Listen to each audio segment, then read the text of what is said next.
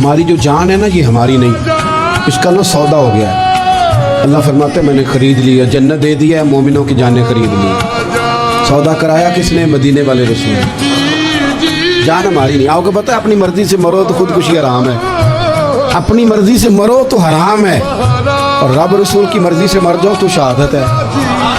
چلے گئے دنیا سے، انتقال ہو گیا، کفن مل گیا، جنازہ پڑھ دیا، قبر میں دفن کر دیا، دعائے مغفرت ہو گئی، پر وَلَا تَقُولُوا لِمَن يُقْتَلُ فِي سَبِيلِ اللَّهِ أَمْوَاتٌ، فرمایا تم کہتے ہو مردہ ہو گیا، میں تمہیں مردہ کہنے بھی نہیں دیتا، کہنے بھی نہیں دوں گا کہ مردہ، خبردار کہنا بھی نہ، بل احیاء، وہ تو زندہ ہیں۔ تو یا اللہ کدھر ہیں؟ فرمایا وَلَٰكِن لَا تَشْعُرُونَ، تمہیں پتہ ہی نہیں، تمہارا اتنا شعور ہی نہیں ہے، زندہ وہ۔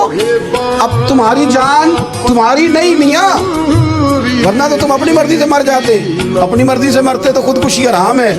یہ تو جان رب رسول کی امانت ہے، اپنی مرضی سے مرو تو حرام موت، رب رسول کی مرضی سے مرو تو شہادت کا درجہ۔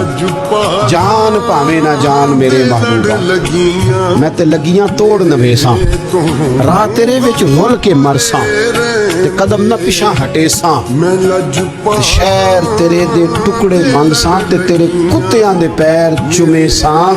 آزم جان امانت تیری، تو جدو منگ سے میں پیش کرے ساں۔